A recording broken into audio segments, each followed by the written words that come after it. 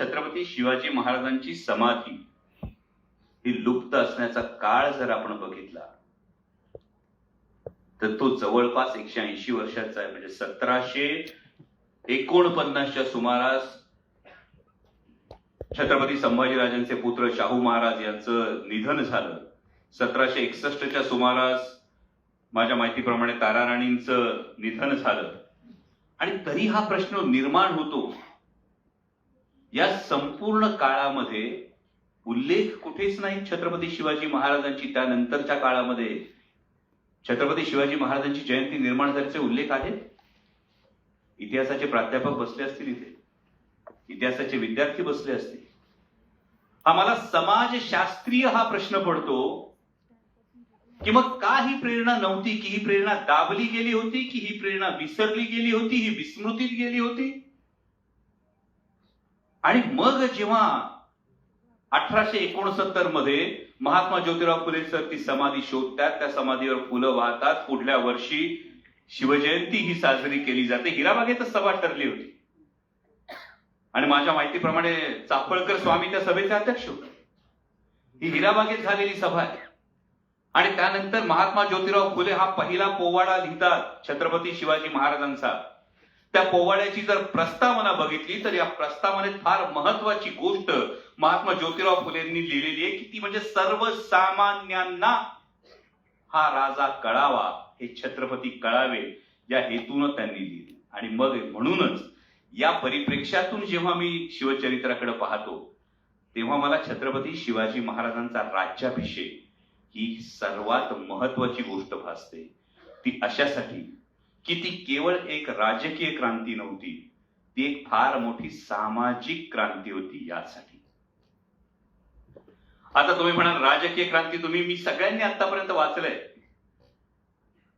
की राजा म्हणजे मुसलमान, अशी जी समजूत होती ही समजूत दूर व्हावी की एकच देशीय माणूस सुद्धा राजा होऊ शकतो. विचार करा काय परिस्थिती असेल. 350 वर्ष या मातीनं राजा बघितलेला नाही. 350 वर्ष. इथं 35 वर्ष मागे काय झालं होतं तुम्हाला मला आठवत नाही. 350 वर्ष या मातीनं राजा पाहिला नव्हता. 350 वर्ष या मातीनं राजधानी पाहिली नव्हती.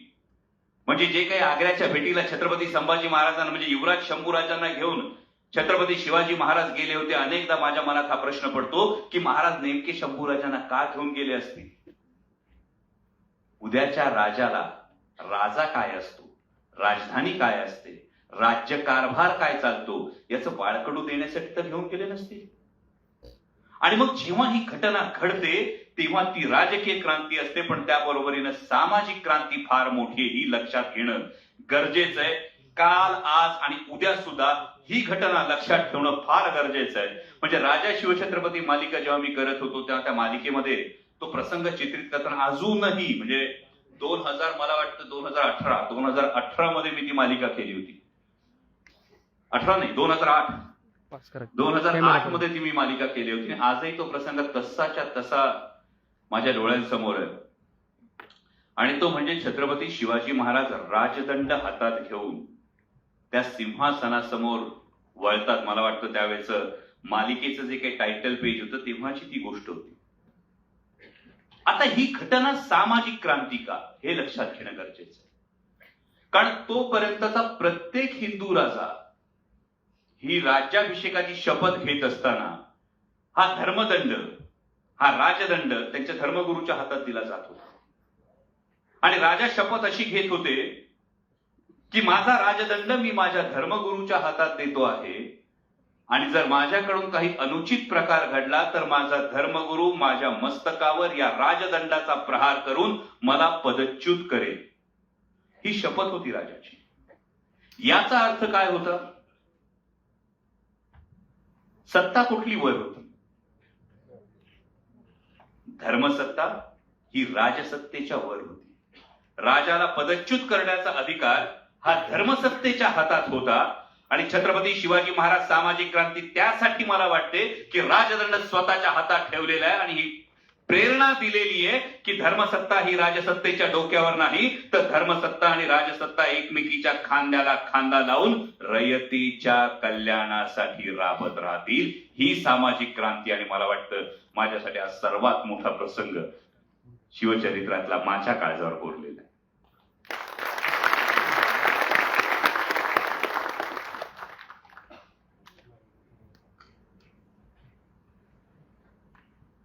सर, थोडासा वेगळा प्रश्न आहे. शिवरायांच्या पर्यावरणीय धोरणांबद्दल ऐकायला आवडेल. आताच्या काळात बोलताना अंगावर शहारे येतील. म्हणजे साधं तुम्ही एक आज्ञापत्र जरी घेतलं ना, म्हणजे मी स्ट्रिक्टली सांगितलं मी राजकीय भाष्य करणार नाही, पण एक साधं आज्ञापत्र घेतलं की महाराजांनी आरमाराच्या वेळी लाकूड कुठलं गोळा करावं आणि लाकूड गोळा करत असताना कुठली कुठली झाडं तोडू नये, हे जर महाराजांचं आज्ञापत्र एक जर बघितलं ना, तर आज एखाद्या कार्यक्रमासाठी झाडांची कत्तल होत असताना पर्यावरण प्रेमी थकून जातात ओरडून ओरडून, पण ही काळाची गरज आहे असं सांगितलं जातं. पण काळाच्या पुढची गरज छत्रपतींनी ओळखली होती. आंबा, फणस, काजू ही झाडं वाढायला वर्षानुवर्ष लागतात आणि ती झाडं लेकरासारखी वाढवली जातात. त्यामुळं ही झाडं तोडू नये असे सक्त आदेश हे महाराजांनी त्यांच्या एका आज्ञापत्रात दिलेले आहेत. हा एक भाग राहतो आणि या एकूण पद्धतीनं जे जगण्याशी थेट निगडीत आहेत, जे युद्धाशी थेट निगडीत आहेत, या अशा अनेक गोष्टी तुम्हाला शिवचरित्रामध्ये दिसतात. पण याच्या खोलात गेलं तर हे कदाचित राजकीय विषयांतर होईल म्हणून मी टाळेन. बोलले सर, जर छत्रपती शिवाजी महाराजांच्या निधनानंतर अवघ्या 10 दिवसात राजारामांचा राज्याभिषेक होतो, त्यावेळेस लबाड जे ब्राह्मण मंडळी होती त्यांनी 10 दिवसात राज्याभिषेक करायची जी घोडदौड सुरू केली होती. थोडी दुरुस्ती करेन, केवळ ब्राह्मण नाही, फक्त कारभारी मंडळी म्हणाला तर जास्त सोयीचं आहे. ब्राह्मण स्पेसिफिक नाही, लबाड ब्राह्मण मंडळी होती. तर त्यांना शिवाजी महाराज ह्यात असताना वेळीच ती प्रवृत्ती जर शिवाजी महाराजांनी घेतली असती तर इतिहास कसा असता? कसं असतं, जर तरच्या या सगळ्या गोष्टी वेगवेगळ्या आहेत. म्हणजे जर ही प्रवृत्ती वेळीच ठेचली गेली असती तर त्याच्या आधीच एक शक्यता येते, मग ही प्रवृत्तीने त्यावेळी डोकं वर काढण्याची हिंमत दाखवली असती का? बरं, दुसरी एक गोष्ट फार महत्वाची आहे. छत्रपती शिवाजी महाराजांनी संभाजी महाराजांना सांगितलेली की राजाला आपलं काळीज तलवारीच्या धारेवर ठेवून रयतेचा संसार करावा लागतो आणि हा संसार करत असताना काही चुकतात, मागतात, त्यांनाही सांभाळून घ्यावं लागतं. त्यामुळे कदाचित महाराजांना पूर्णपणे ठाऊक नसेल अशी गोष्ट नसेल. अनेकदा असं म्हणतात, हिस्ट्री रिपीट्स इटसेल्फ, हे अनेक ठिकाणी अनेकदा आपल्याला अनुभवायला मिळतं की कदाचित ज्या कारभारी मंडळींना सत्तेच्या परिघात उभं राहून त्यांना ती सत्ता दिसली असेल, जरी त्यांना ते पद महत्वाचं नसेल, तर अशा वेळी कारभाऱ्यांच्या मनात ही किंतु परंतु ही शंका आली असेल का? दोन शक्यता आहेत. फार महत्वाची गोष्ट एक लक्षात घ्या आधी बोलताना की इतिहास हा एका बिंदूसारखा आहे. नेमकं काय घडलं ते फक्त त्याला ठाऊक आहे. त्याच्या आजूबाजूच्या फक्त शक्यता आपल्याला वर्तवायच्या. तर त्यातली पहिली शक्यता ही येते की कदाचित त्या कारभारी मंडळींना असं वाटलं का की एक अजाणता राजा जर बसला, कारण राजाराम महाराजांचं वय तेव्हा अगदी लहान होतं, अजाणता राजा जर बसला तर कदाचित कारभाराची सूत्र पूर्णपणे आपल्या हाती येतील म्हणून त्यांनी घाई केली का?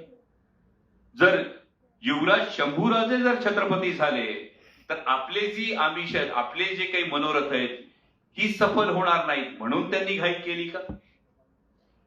पण तुम्ही जरी हे, आणि तिसरा तर्क हा आहे, ते स्वराज्यद्रोही होते का? तर मला तिसरा तर्क फारसा संमत होत नाही मी स्वतः यासाठी. कारण आपण ज्या जहाजात बसलोय, ज्या बोटीत बसलोय, तीच बोट बुडवावी असं अनेकांना त्यावेळी वाटलं नसेल. पण अनेकदा होतं असं की तात्कालिक स्वार्थापायी दीर्घकालीन नुकसान हे आपण कधी बघत नाही. तुम्ही जे म्हणता त्या कारभाऱ्यांचं कदाचित हेच झालं असावं.